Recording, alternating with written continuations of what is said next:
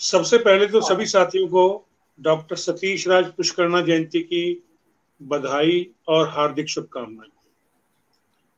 लगभग 2-2.5 वर्ष पूर्व मैंने और इंदौर के सुप्रसिद्ध साहित्यकार श्री प्रताप सिंह सोढ़ी ने मिलकर एक योजना बनाई थी कि 75वें जन्मदिन पर पुष्करणा जी के सम्मान में एक भव्य आयोजन करेंगे। मगर पिछले 1.5 साल में परिस्थितियां कैसी रही, इससे आप सभी वाकिफ ही हैं। तो भाई दिल की दिल में ही रह गई। बहरहाल मैं दिल से दुआ करता हूं कि वे जहां भी हों खुश हों और सदा खुश रहें। आज हम उनके बच्चे मिलजुल कर उन्हें याद कर रहे हैं, ये भी कोई कम खुशी का अवसर नहीं है। अपनी बात शुरू करने से पहले हमारे जो साथियों ने बात की है, मैं थोड़ा थोड़ा उसके बारे में बोलना चाहूंगा। अभी शायद किसी साथी ने कहा था, मृणाल ने, कल्पना के बारे में, लघु कथा में कल्पना। तो मैं उसमें एक बात जोड़ना चाहूंगा विभा जी, कि जो सत्य होता है ना, जो सत्य होता है, सत्य वो होता है खरा सोना जी, और जो कल्पना होती है वो होती है खोट। ये 24 कैरेट में मिला के, जब तक 24 कैरेट में तांबे की खोट ना मिले तो गहना नहीं बनता जी। इसलिए रचना में कल्पना का पुट होना बहुत जरूरी है। और वो अब कल्पना का स्तर क्या है, ये आपके अनुभव पे निर्भर करता है, आपके अध्ययन पे निर्भर करता है। दूसरी बात, बहुत से साथियों ने की पुष्करणा जी की भाषा की, पूनम कतरियार ने भी की, सतविंदर ने भी की, मृणाल ने भी की, और भी बहुत साथियों ने की कि बाबा की भाषा बड़ी सादा और आम फहम थी। देखिए, मैं एक बात इसमें जोड़ना चाहूंगा कि असली रचनाकार वही है जो कलिष्ठ भाषा से वाकिफ तो हो लेकिन इस्तेमाल करे आम फहम भाषा। यही उस लेखक की सफलता है। और मेरे ख्याल से पुष्करणा जी से ज्यादा इस मामले में सफल शायद ही कोई होगा। आप मेरी बात से इत्तेफाक करेंगे? जी। चलिए, मैं, जैसा कि आपको मालूम है कि मैं पुष्करणा जी की लघु कथा है सीमा का अतिक्रमण, उसके ऊपर बात करूंगा। सीमा का अतिक्रमण काफी पुरानी रचना है जो वर्ष 1987 में किसी लघु कथा विशेषांक में प्रकाशित हुई थी और मैंने पढ़ी थी। तब से मुझे ये याद रही। अब मुझे नहीं पता कि हम में से कितने लोगों ने इस लघु कथा के बारे में सुना होगा या इसे पढ़ा होगा। मुझे इस बात पर ज्यादा आश्चर्य हुआ कि इस लाजवाब लघु कथा का उल्लेख कहीं भी देखने पढ़ने को नहीं मिलता। क्यों नहीं मिलता? वैसे क्यों नहीं मिलता, इसके पीछे ही बहुत सारे कारण हो सकते हैं जिन्हें यहां बताने की आवश्यकता नहीं, क्योंकि विभा जी, ये पब्लिक है, ये सब जानती है। तो मैं अपनी बात शुरू करने से पहले अगर आपकी आज्ञा हो तो ये मैं लघु कथा पढ़ दूं, बहुत छोटी सी है, तो साथियों को इसमें जुड़ने में सुविधा रहेगी। देखिए कितनी छोटी सी लघु कथा। एक चिड़िया आई, उसने पिंजरे में गर्दन डालकर तोते की कटोरी में से उसका दाना चुगना शुरू कर दिया। चिड़िया की यह गुस्ताखी देखकर तोता चेतावनी के तौर पर गुर्राया, मगर चिड़िया को यह गुमान था कि वह तो आजाद है और तोता पिंजरे में बंद है। अतः उसने पुनः उसकी कटोरी से दाना लेने की गुस्ताखी की। इस बार तोता चेतावनी के रूप में गरजा, मगर चिड़िया के कानों पर जूं तक न रेंगी। तीसरी बार जैसे ही चिड़िया ने तोते के पिंजरे में अपनी गर्दन डाली, तोते ने लपक कर चिड़िया की गर्दन दबोच ली और देखते ही देखते उसे धराशायी कर दिया। मृतक चिड़िया को अपने पिंजरे से बाहर फेंकते हुए तोता मन ही मन उबला, मैंने अपने को अहिंसा के मजबूत पिंजरे में कैद अवश्य कर रखा है, किंतु इसका अर्थ यह नहीं कि मैं कमजोर हूं और किसी को अपनी सीमा का अतिक्रमण करने दूंगा या अपना हक किसी को छीनने दूंगा। आग थू। ये है लघु कथा। अब इस लघु कथा से गुजरते हुए मैंने बहुत शिद्दत से महसूस किया, ये लघु कथा 164 शब्दों की, 164। मैंने महसूस किया कि 164 शब्दों की इस लघु कथा पर कम से कम 6400 शब्दों की समीक्षा लिखी जा सकती है। लेकिन मेरी अज्ञानता कहिए या समय का अभाव कहिए कि मैं इस पर केवल 2500 शब्द ही लिख पाया हूं। अब आप पूछेंगे कि इस लघु कथा में ऐसा क्या खास है कि पुष्करणा जी के अनगणित बहुचर्चित लघु कथाओं को छोड़कर मैंने इस आयोजन के में इस रचना की समीक्षा करने का निर्णय लिया, इसमें खास क्या है? तो ये बात स्पष्ट करने के लिए मैं कुछ खास बिंदुओं पर बात करना चाहूंगा और आप सभी का ध्यान चाहूंगा। देखिए, ये लघु कथा कई मायने में विशिष्ट है। पहली विशिष्टता तो इसकी ये है कि ये तकरीबन 3.5 साल पहले रची गई एक मारक और मानवेतर लघु कथा है। और मुझे लगता है कि डॉक्टर सतीश राज पुष्करणा ने शायद इक्का दुक्का ही मानवेतर लघु कथा लिखी होगी। वैसे अगर लिखी भी होंगी तो वो मेरी नजर से नहीं गुजरी। एक तो इसकी खासियत ये, और 1987 में उस जमाने में मानवेतर लघु कथाएं जो थी वो बहुत कम देखने को मिलती थी, बहुत ही ज्यादा कम देखने को मिलती थी।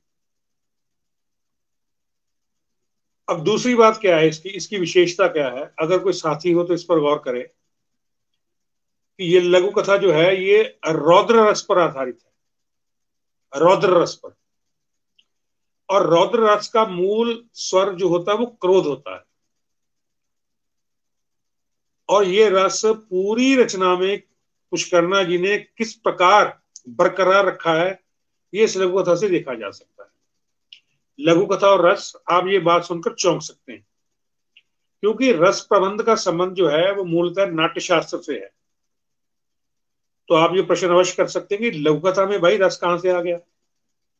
देखिए, जैसे हर प्रकार का संगीत 7 सुरों पर आधारित होता है, बिल्कुल उसी प्रकार हर साहित्यिक कृति भी इन्हीं 9 रसों, श्रृंगार रस, हास्य रस, करुण रस, रौद्र रस, वीर रस, भयानक रस, अद्भुत रस, विभत्स रस और शांत रस में से किसी एक पर ही आधारित होती है। जैसे सुर 8वां नहीं होता, वैसे रस भी मूल 10 नहीं होते, एक आध जोड़ दिया गया, उनसे बाहर नहीं जाते। अब किसी एक रस में उसके विरोधी रस का समावेश कर देने से रचना जो है अपना मूड और फ्लेवर खो देती है। यही कारण है कि अच्छी खासी लघु कथा भी अपने रस को अंत तक कैरी ना कर पाने के कारण प्रभावित हो जाती है। अब आप पूछेंगे कि रस कैरी करने से क्या अभिप्राय है? तो रस कैरी करने से अभिप्राय है कि वह लघु कथा अपने फ्लेवर, अपने पात्र अथवा पात्रों के चरित्र को अंत तक कायम नहीं रख पाती। साधारण शब्दों में यह बात साफ करने के लिए मैं एक रस में दूसरे विरोधी रस के गड्ढमड्ढ होने का एक उदाहरण देना चाहूंगा। कुछ रोज पहले मैं फेसबुक पर एक लघु कथा पढ़ रहा था, बड़ी अच्छी लघु कथा थी। लघु कथा का प्रारंभ बहुत उत्तम था, मध्य में द्वंद जिस कुशलता से उभारा गया था वह भी दर्शनीय था। लेकिन उसके बाद उस लघु कथा में एक पंक्ति आई जो कुछ उस प्रकार थी। क्या थी कि उसकी जिंदगी से खुशियां इस तरह गायब हो गई जैसे गधे के सिर पर सींग, जैसे गधे के सिर से सींग। अब देखिए, गधे के सिर से सींग गायब होने वाला जो मुहावरा एकदम खांटी है, टकसाली है, प्रमाणित है। लेकिन जिस संदर्भ में इस लघु कथा में इस्तेमाल हुआ वह उचित नहीं, क्योंकि करुण रस की रचना में हास्य रस का पुट आ जाने से रसों में परस्पर विरोध पैदा हो गया। वैसे आपको 8वें दशक का रचा गया लघु कथा इतिहास अवश्य याद होगा, लघु कथा साहित्य अवश्य याद होगा। वहां प्राय अंत में जाकर पात्र इस तरह प्रत्याशित बिहेव कर जाता था जो उसके प्रारंभ वाले एक चरित्र से बिल्कुल ही विपरीत होता था, यानी उसके चरित्र को घुमा दिया जाता था। इसे तकनीकी भाषावली में इतिवृत्तात्मकता कहते थे, अर्थात लघु कथा के अंत में पात्र अथवा पात्रों के चरित्र को एकदम उलट देना। देखिए, ऐसा नहीं है कि चरित्र अथवा विचारधारा किसी की बदल सकती है, बिल्कुल बदल सकती है, लेकिन उसकी एक निश्चित और लंबी प्रक्रिया होती है।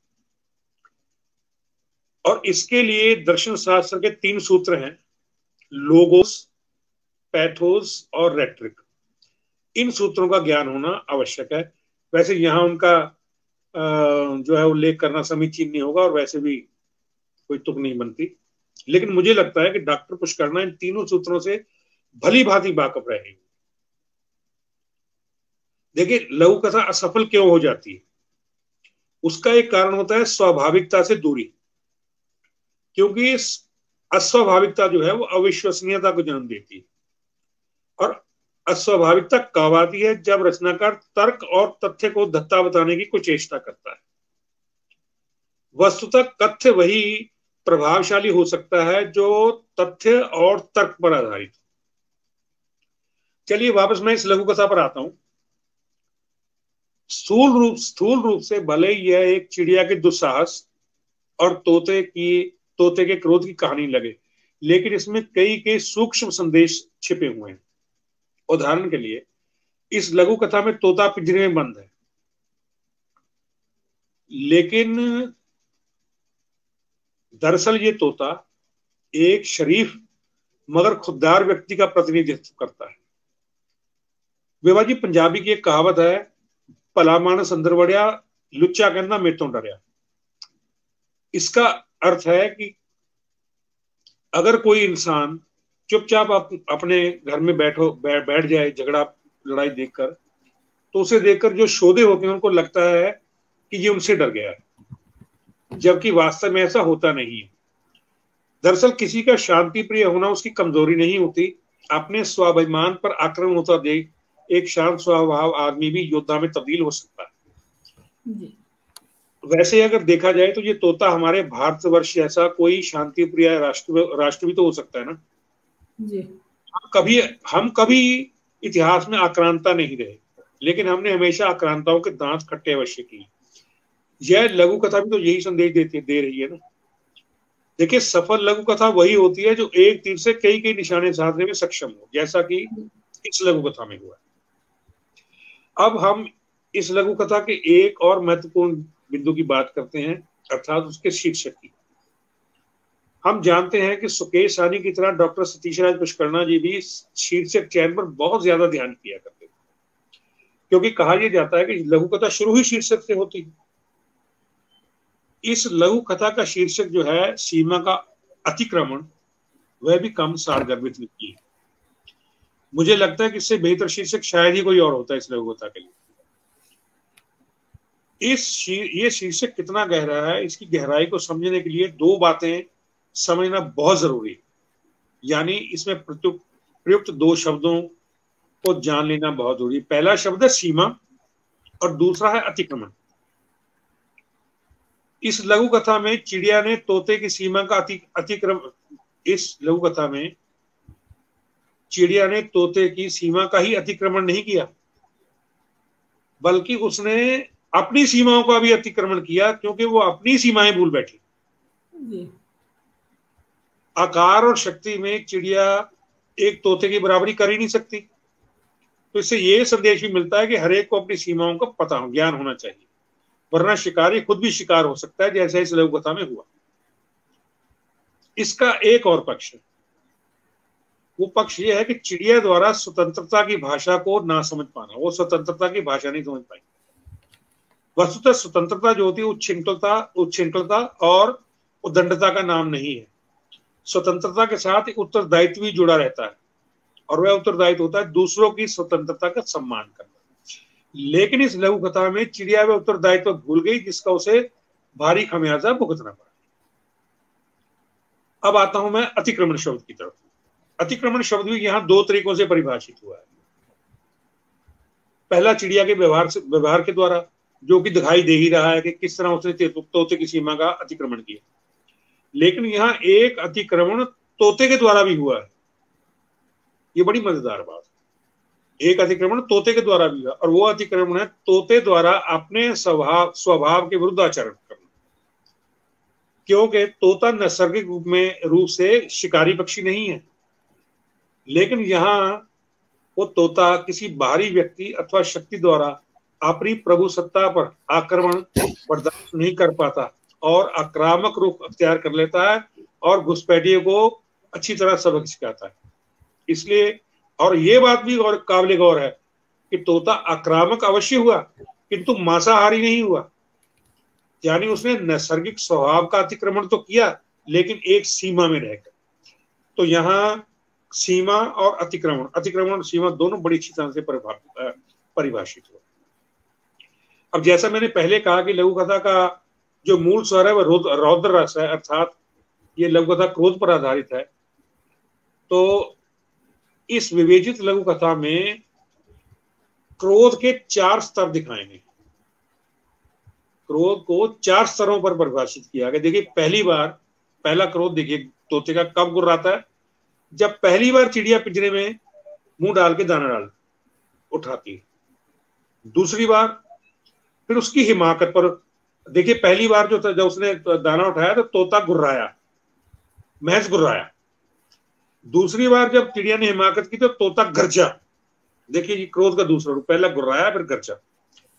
तीसरी बार जब उसने चिड़िया ने हिमाकत की, अब तोते के सब्र का बांध टूट गया और उसने चिड़िया को मार डाला। चौथा क्रोध का जो स्तर है, जो लेवल है, वो देखिए तोते का क्रोध, फिर वो कहता आख थू, यानी हिकारत से भर के। तो ये क्रोध देखिए शुरू से लेके अंत तक जो कायम रहा। देखिए तोता चाहता तो चिड़िया को पहली बार मार डालता जब उसने पहली बार गर्दन डाली, लेकिन लेखक ने लघु कथा का अंत करने में कोई हड़बड़ी नहीं दिखाई। ये गौर करने वाली बात है, लेखक को लघु कथा का अंत करने में कोई हड़बड़ी नहीं है, बल्कि कथा को जैसा कि हम लोग करते हैं, जैसी हमें हड़बड़ी होती है, पुष्करणा जी को कोई हड़बड़ी नहीं, बल्कि कथा को स्टेप बाय स्टेप सहज और स्वाभाविक रूप से आगे बढ़ाया और इसमें कृत्रिमता नहीं आने दी, कोई नकलीपन नहीं आया। इसे कहते हैं लेखकीय संयम। अब इस कथा में कथा को आगे बढ़ाने का लेखकीय कौशल देखें कि आगे बढ़ाया कैसे। इसमें चिड़िया द्वारा 3 बार तोते की कटोरी से दाना लेने का जिक्र है, लेकिन तीनों बार डॉक्टर पुष्करणा की शब्दावली अलग अलग है और परिस्थिति के एन अनुरूप। पहली बार क्या लिखा कि तोते की कटोरी में से उसने दाना चुगना शुरू कर दिया। यहां आया शब्द दाना चुगना। क्यों? क्योंकि चिड़िया उसके बाद में क्या करेगी तोते को नहीं पता और पाठक नहीं जानता। दूसरी बार जब उसने दाना उठाया तो क्या लिखा है पुष्करणा जी ने? उसने पुनः कटोरी से दाना लेने की गुस्ताखी की। पहले नॉर्मली लिया, फिर उसने रिएक्ट गुस्ताखी की। यहां गुस्ताखी शब्द आया, वह इसलिए कि तोता उसे गुर्राकर पहले चेतावनी दे चुका था। अब तीसरी और अंतिम बार चिड़िया ने तोते के पिंजरे में अपनी गर्दन डाली। गर्दन डाली मतलब गर्दन घुसाई, यानी जोखिम उठाया। जोखिम इसलिए कि उसे अपने स्वतंत्र होने पर बहुत घमंड था और उसे गुमान था कि पिंजरे में कैद तोता उसका क्या बिगाड़ लेगा। तो ये इस लघु कथा की ब्यूटी है। देखिए लघु कथा लिखते समय 3 चीजों का ध्यान होना चाहिए लिखते हुए, जो इस कथा में बिल्कुल रखा गया है। पहला क्या है? संक्षिप्तता। संक्षिप्तता यानी लघु कथा में अनावश्यक विस्तार ना हो, अनावश्यक विवरण ना हो, जो इस लघु कथा में नहीं है। दूसरा सूक्ष्मता। सूक्ष्मता यह है कि संदेश जो है वो सूक्ष्म हो, और मैंने बता दिया सूक्ष्म संदेश क्या क्या संदेश निकल के आ रहा। तीसरी ये है कि उसमें संयम हो, यानी कि लेखकीय संयम हो, वो किसी भी अतिशोक्ति का शिकार ना हो, सहजता चले। ये लघु कथा इन तीनों शर्तों पर खरी उतरती है। यह लघु कथा 164 के मात्र 164 शब्दों की है, अर्थात इसमें आकारीय संक्षिप्तता है, इसका संदेश सूक्ष्म है और लेखकीय संयम भी परिलक्षित हो रहा है। इन दोनों पर मैं बड़े विस्तार से चर्चा कर चुका। मित्रों देखिए, दुनिया में कोई भी चीज ऐसी नहीं जिसे निर्दोष कहा जा सके। कोई चीज निर्दोष नहीं है। अगर निर्दोष कुछ है तो केवल भगवान है, स्वयं भगवान है, उनके अलावा कोई भी आप निर्दोष नहीं कह सकते। वैसे निर्दोष तो भगवान के हाथों बनाई हुई काफी चीजें भी नहीं है, जो उसने अपने हाथों से बनाई उनमें भी दोष है। अगर ऐसा ना होता तो चांद में दाग क्यों होता? यानी कि कमी भगवान में की बनाई हुई चीजों में भी है। इंसान के हाथ से निर्मित कोई भी वस्तु, कोई भी कृति निर्दोष हो ही नहीं सकती। तो भाई इस रचना में भी एक दोष है, और मैं ईमानदारी का तकाजा है कि इसका उल्लेख अपने कर्तव्य समझ के करूं। देखिए, इस लघु कथा के अंतिम परिच्छेद में चिड़िया को मारने के बाद तोता मन ही मन बुदबुदाता है। क्या बुदबुदाता है, पूरा संवाद बताता हूं। मैंने अपने को अहिंसा के मजबूत पिंजरे में कैद अवश्य कर रखा है, किंतु इसका अर्थ यह नहीं कि मैं कमजोर हूं और किसी को अपनी सीमा का अतिक्रमण करने दूंगा या अपना हक किसी को छीनने दूंगा। आक्थो। देखिए, विद्वानों का कथन है कि लघु कथा में संवाद संक्षिप्त और चुटीले होने चाहिए।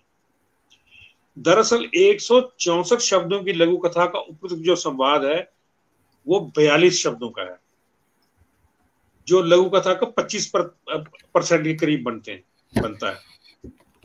और अनुपातानुसार ये जो संवाद है ये लंबा है और इसे चुस्त या चुटीला नहीं कहा जा सकता। अब देखिए, मैं फर्दर इसको क्लैरिफाई करता हूं।